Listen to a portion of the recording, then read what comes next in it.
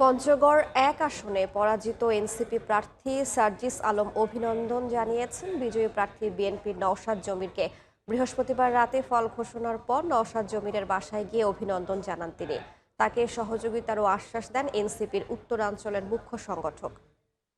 জনগণ যদি তাকে এক ভোটেও এগিয়ে রাখে, তাকে ওইটুকু রেসপেক্ট আমাদেরও শো করা উচিত।